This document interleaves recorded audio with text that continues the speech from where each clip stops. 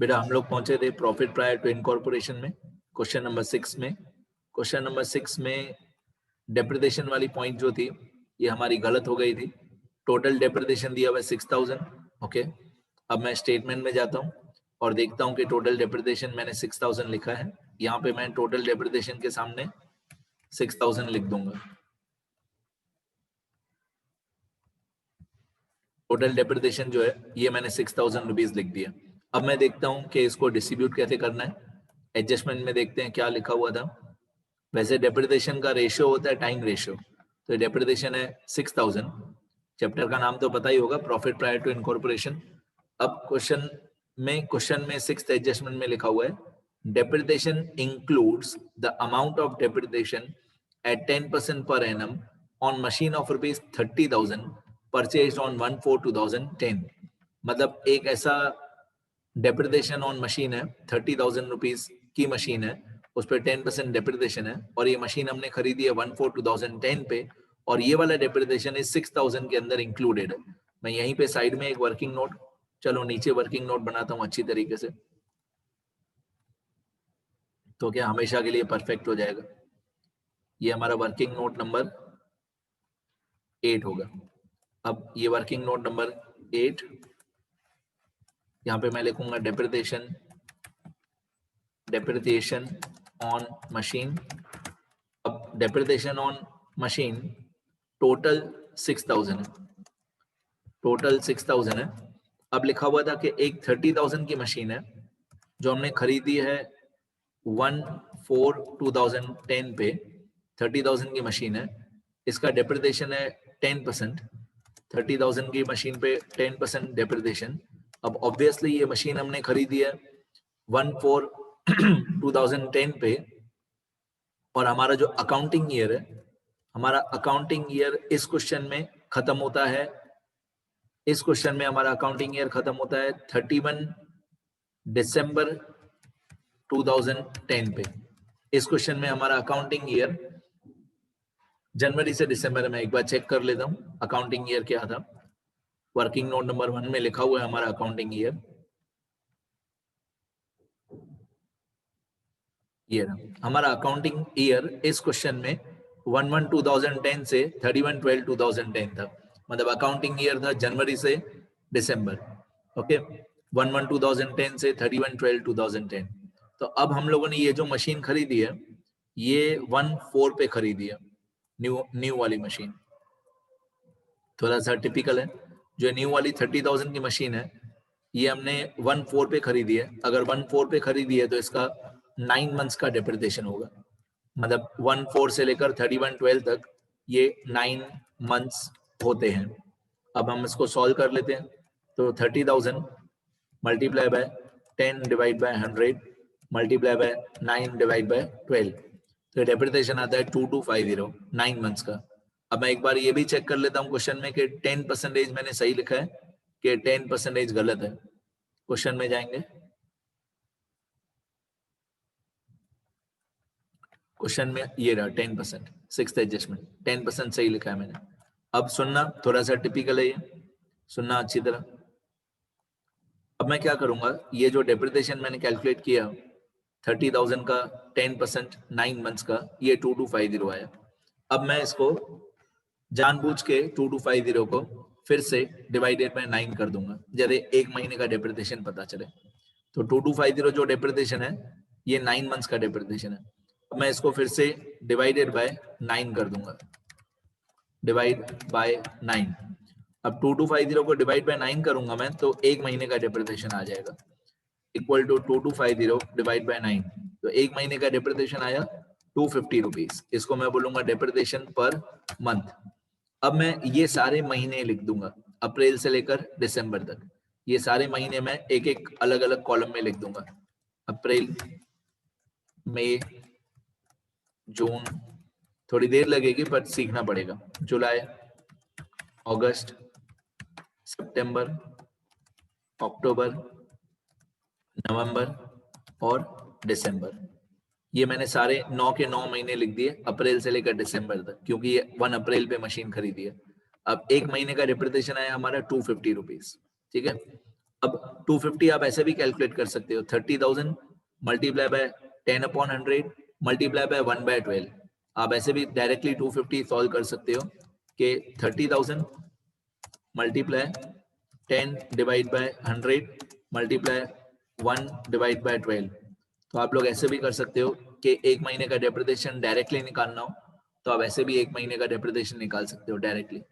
अब 250 per month है, ये 250 एक महीने का, ये 2 3 4 5 6 7 8 9 महीने का 250 रुपीज डेप्रिसिएशन मैंने लिख दिया, 9 के 9 महीने में। अब मैं इसमें प्री और पोस्ट की अमाउंट्स अलग अलग कर दूंगा, ठीक है। अब हमारा डेट ऑफ, जैसे इसके पहले वाली एडजस्टमेंट थी 7 नंबर इंटरेस्ट वाली, इसमें भी मैंने आपको बताया था कि डेट ऑफ इनकॉर्पोरेशन हमारा ये वाला है 1 मई 2010, ये डेट ऑफ इनकॉर्पोरेशन है। तो ये इसी तरीके से डेप्रिसिएशन वाली पॉइंट में भी मैं इसी तरीके से सॉल्व करूंगा। हमारा जो डेट ऑफ इनकॉर्पोरेशन है वो 1 मई है, तो 1 मई से पहले का जितना डेप्रिसिएशन होगा वो प्री में जाएगा और 1 मई के बाद का जितना डेप्रिसिएशन होगा वो पोस्ट में जाएगा। अब ये डेट ऑफ इनकॉर्पोरेशन,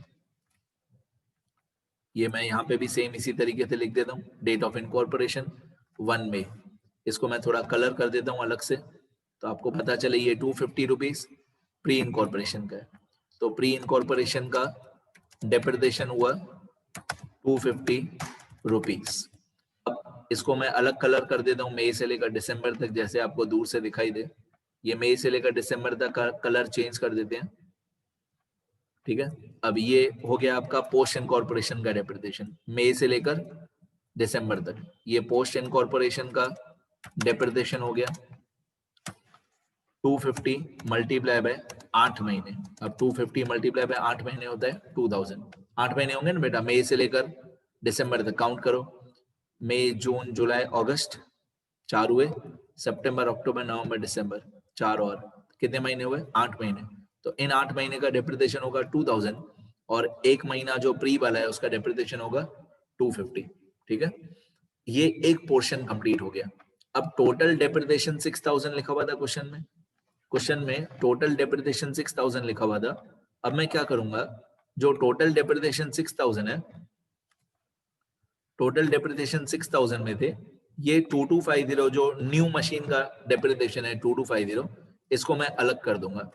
अब बाकी का जितना डेप्रिसिएशन बचा 6000 माइनस 2250, बाकी जितना डेप्रिसिएशन बचेगा वो मैं अलग कर दूंगा।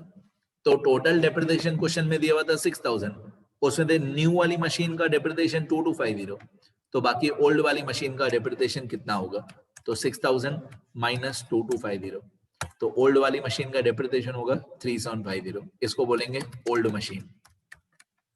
और 2250 को क्या बोलेंगे, न्यू मशीन। 2250 को बोलेंगे हम लोग न्यू मशीन। मैं यहाँ पे लिख देता हूँ न्यू मशीन। तो न्यू मशीन का डेप्रिसिएशन 2250 और पुरानी वाली मशीन का डेप्रिसिएशन 3750, 2250 और 3750। अब ये जो 3750 है इसको सिंपल स्ट्रेट टाइम रेशियो में डिस्ट्रीब्यूट कर देंगे हम लोग प्री और पोस्ट में। ये जो रिमेनिंग 3750 आया इसको हम लोग टाइम रेशियो में डिस्ट्रीब्यूट कर देंगे।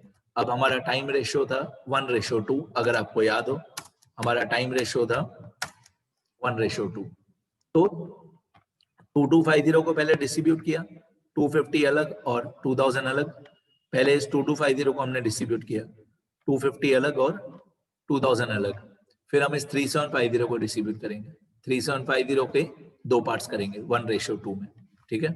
और अच्छी तरह से जैसे आपको दिखाई दे, देखो ये जो 2250 था इसका एक पार्ट ये वाला हुआ 250, ठीक है। और इस 2250 का दूसरा पार्ट ये वाला हुआ 2000। अब आपको क्लियरली सब कुछ दिखाई देगा कि टोटल 6000 था, उसमें से 2250 न्यू मशीन का डेप्रिसिएशन था, उस 2250 में थे 250 प्री इनकॉर्पोरेशन का है और 2000 पोस्ट इनकॉर्पोरेशन का है। बाकी ओल्ड मशीन का डेप्रिसिएशन 3750 है, इसको हम टाइम रेशियो में डिस्ट्रीब्यूट करेंगे। अब आपको क्लियरली सब कुछ इस वर्किंग नोट में दिख जाएगा, ठीक है। अब मैं इसको स्टेटमेंट में लिखना शुरू करता हूं। आप देख रहे हो कि कैलकुलेशन बहुत ज्यादा है। ये 7A लिख देते हैं हम लोग इसको 7A, और इसको लिख देते हैं हम लोग 7B। अब यहाँ पे डेप्रिसिएशन ऑन मशीन पहले न्यू वाली लिख देते हैं, और फिर हम लोग लिख देते हैं डेप्रिसिएशन ऑन मशीन ओल्ड वाली। दो मशीन्स हैं, एक न्यू एक ओल्ड। अब ये जो 6000 था, इस 6000 को मैं यहाँ पे इनर कॉलम में लिख देता हूँ, टोटल 6000 था। इस 6000 में से पहला पार्ट हो जाएगा हमारा 2250, और दूसरा पार्ट हो जाएगा हमारा 3750। मतलब इस 6000 के मैंने दो पार्ट्स किए।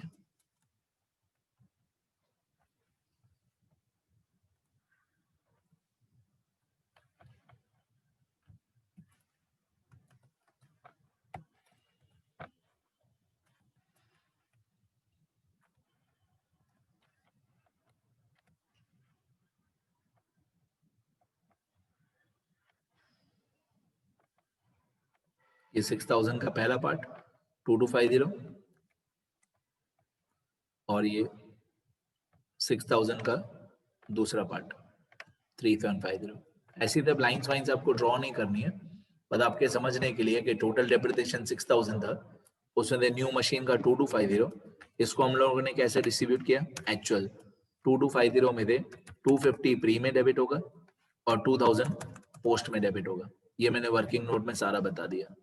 और जो 3750 है ओल्ड मशीन का डेप्रिसिएशन, ये डिस्ट्रीब्यूट होगा टाइम रेशो। टाइम रेशो था हमारा 1:2, तो यहाँ पे हो जाएगा 3750 मल्टीप्लाई 1 डिवाइड बाय 3, और यहाँ पे हो जाएगा 3750 मल्टीप्लाई 2 डिवाइड बाय 3। डन।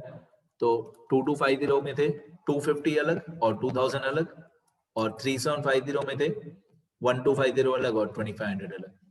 ठीक है, बस वैसे तो समझ में आ जाने के बाद बहुत सिंपल है, लेकिन पहली बार सीखने में टाइम लगता है।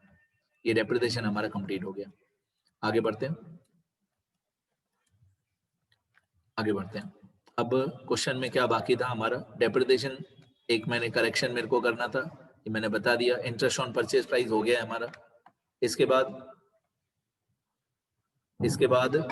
क्या बाकी है क्वेश्चन में, सैलरी।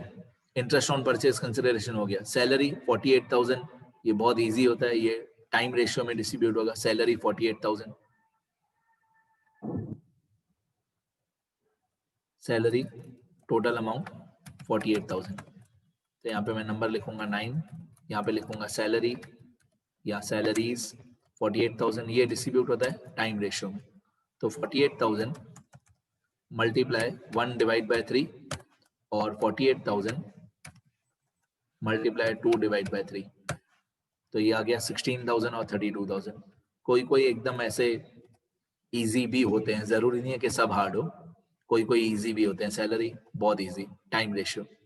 सैलरी के बाद आपको क्वेश्चन में क्या दिया हुआ है, सैलरी के बाद आपको क्वेश्चन में दिया कैरेज इनवर्ड। ये मैं लास्ट वीडियो में बता रहा था कि कैरेज इनवर्ड यहाँ पे रिकॉर्ड नहीं होगा, नो एंट्री, बिकॉज हम लोग ये जो पूरी स्टेटमेंट बना रहे हैं, ये पूरी स्टेटमेंट में सारी की सारी सिर्फ और सिर्फ प्रॉफिट एंड लॉस अकाउंट की ट्रांजेक्शन्स आती है, ट्रेडिंग अकाउंट की ट्रांजेक्शन्स नहीं आती है। आप देख रहे हो कि फर्स्ट लाइन में ग्रॉस प्रॉफिट लिखा हुआ है। अगर फर्स्ट लाइन में ग्रॉस प्रॉफिट लिखा हुआ है, मतलब ट्रेडिंग अकाउंट सारा कंप्लीट हो चुका है। तो अगर कभी कोई ट्रेडिंग अकाउंट की ट्रांजेक्शन आपको दी हुई है, तो आप वो नहीं लिखोगे, नो एंट्री, क्योंकि वो ग्रॉस प्रॉफिट में सब कुछ ऑलरेडी ट्रेडिंग अकाउंट का प्लस माइनस डेबिट क्रेडिट हो चुका है। ट्रेडिंग अकाउंट वाला सब कुछ ग्रॉस प्रॉफिट के अंदर इंक्लूड हो गया है। तो ये थियरी वाले पेजेस में पॉइंट लिखना, ये वाली जो मैं नेक्स्ट पॉइंट बता रहा हूं, ये रूल थियरी वाले पेजेस में लिखना। No entry is done for the transactions of trading account. Example, यहाँ पे जैसे लिखा हुआ है कैरेज इनवर्ड, कैरेज इनवर्ड हम नहीं लिखेंगे, वेजेस हम लोग नहीं लिखेंगे, ऑक्ट्रॉय नहीं लिखेंगे, रॉयल्टी नहीं लिखेंगे। ये सारी चीजें ट्रेडिंग अकाउंट में आती है, ये सारी चीजें इस स्टेटमेंट में नहीं आएंगी। हाँ, अगर कैरेज इनवर्ड का उल्टा है कैरेज आउटवर्ड, तो हम लिखेंगे कैरेज आउटवर्ड, क्योंकि प्रॉफिट एंड लॉस अकाउंट में आता है। तो अगर कैरेज आउटवर्ड है तो लिखेंगे, क्योंकि वो प्रॉफिट एंड लॉस अकाउंट में आता है, और कैरेज आउटवर्ड का रेशियो होगा सेल्स रेशियो। ठीक है, मैं लिख दूं ये भी, कैरेज आउटवर्ड जो है is recorded in this statement and distributed in sales ratio। Carriage outward लिखना है, कैरेज इनवर्ड नहीं लिखना है। ठीक है, सिंपल भाषा में ट्रेडिंग अकाउंट वाली ट्रांजैक्शंस नहीं लिखनी है, पीएनएल वाली लिखनी है। चलो, ये मैंने बता दिया कैरेज इनवर्ड की नो एंट्री।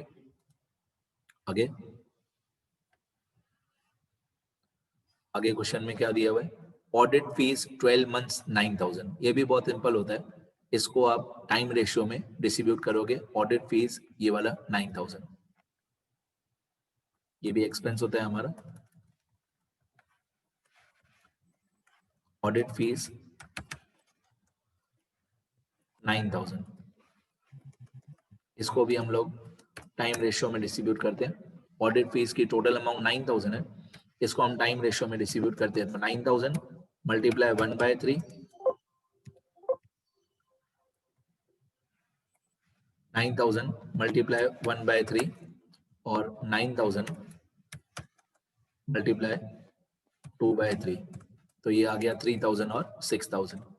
तो टाइम रेशियो में हमने ऑडिट फीस को डिस्ट्रीब्यूट कर दिया, दोनों अमाउंट हमने डेबिट कर दी। 9000 के दो पार्ट्स, 3000 और 6000, ये हो गया। इसके बाद एक लास्ट ट्रांजेक्शन हमारी बाकी है, शेयर ट्रांसफर फीस 1500। ये इनकम होती है और ये सारी की सारी इनकम पोस्ट इनकॉर्पोरेशन में आती है।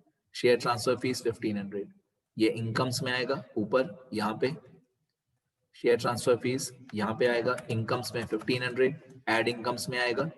और ये सारी की सारी इनकम कंपनी की होती है, कंपनी की होती है, मतलब सारी इनकम पोस्ट इनकॉर्पोरेशन में आएगी। कंपनी मतलब पोस्ट इनकॉर्पोरेशन और इनकम मतलब क्रेडिट। कंपनी मतलब पोस्ट इनकॉर्पोरेशन और इनकम मतलब क्रेडिट, बाकी सब जगह पे डैश हो जाएगा।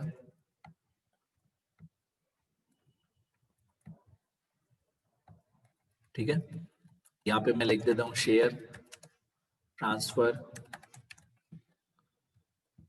फीस, और यहाँ पे मैं रेशियो में लिखूंगा full amount in post incorporation.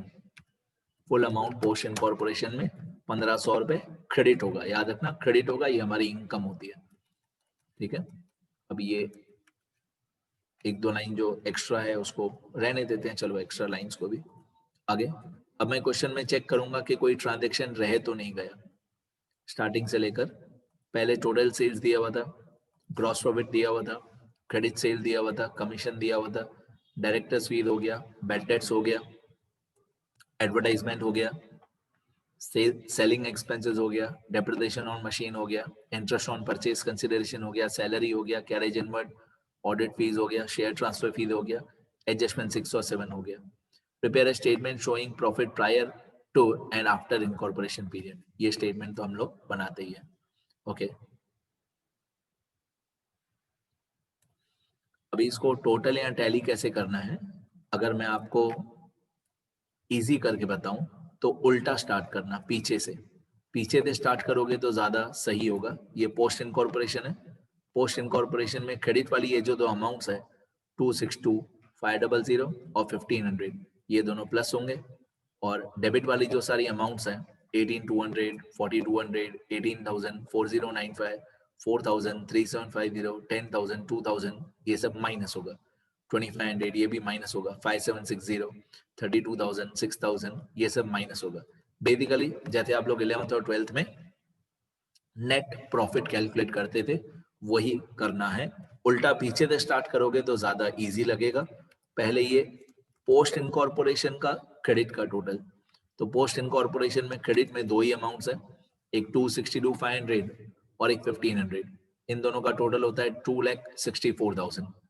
तो पोस्ट इनकॉर्पोरेशन का क्रेडिट का टोटल, अब पोस्ट इनकॉर्पोरेशन का क्रेडिट का टोटल आ गया 2,64,000। अब पोस्ट इनकॉर्पोरेशन का डेबिट का टोटल, पोस्ट इनकॉर्पोरेशन का डेबिट का टोटल है 110505, ये पोस्ट इनकॉर्पोरेशन का डेबिट का टोटल है 110505। ठीक है।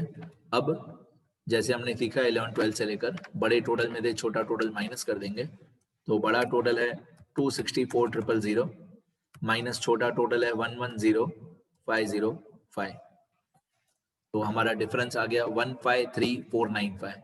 ये प्रॉफिट है आफ्टर इनकॉर्पोरेशन का, पोस्ट इनकॉर्पोरेशन का।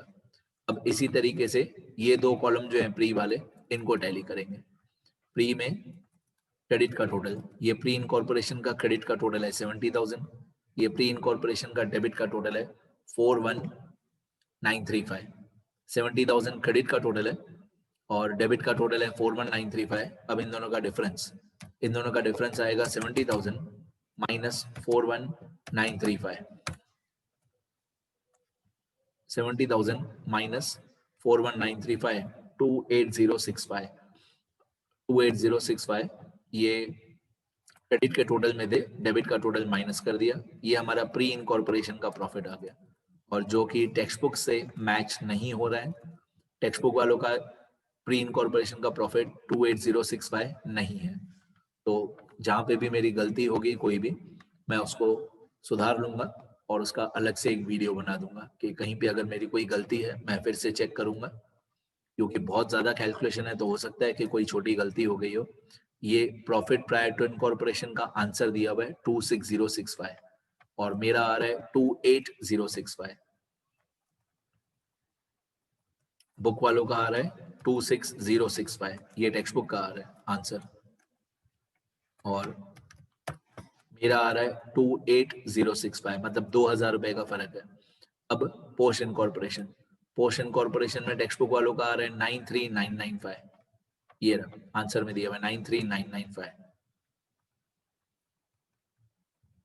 और मेरा तो बहुत ही डिफरेंट आ रहा है, मेरा आ रहा है 153495।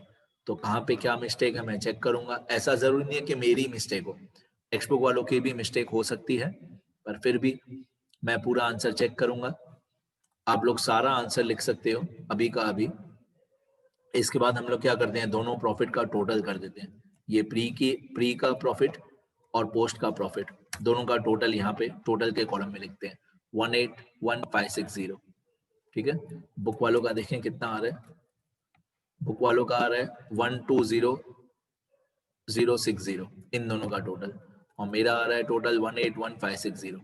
अच्छा, ये वाले कॉलम का टोटल कुछ लिखने की जरूरत नहीं है, बस पहले पोस्ट को टैली किया, फिर प्री को टैली किया, फिर दोनों का जो नेट प्रॉफिट है उसका टोटल टोटल के कॉलम में लिखेंगे। इसलिए मैंने आपको बोला उल्टा टैली करना। मैं फिर से बोलता हूँ, जरूरी नहीं है कि मेरी कोई गलती हो, टेक्स्ट बुक का भी आंसर गलत हो सकता है, फिर भी मैं चेक करूंगा। अगर मेरी कोई गलती होगी तो मैं नेक्स्ट वीडियो में सुधार दूंगा। यहाँ पे ये मेरा पूरा आंसर कंप्लीट हो गया और 99% मेरी कोई गलती नहीं है। ये हमारा आंसर 6 है।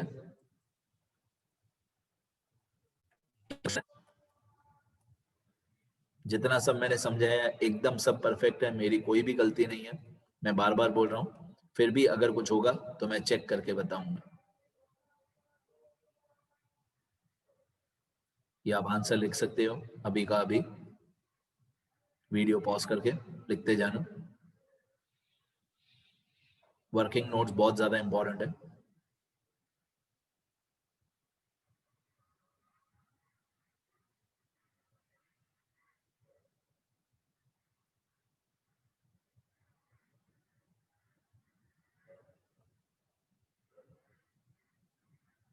सब परफेक्ट है मेरा।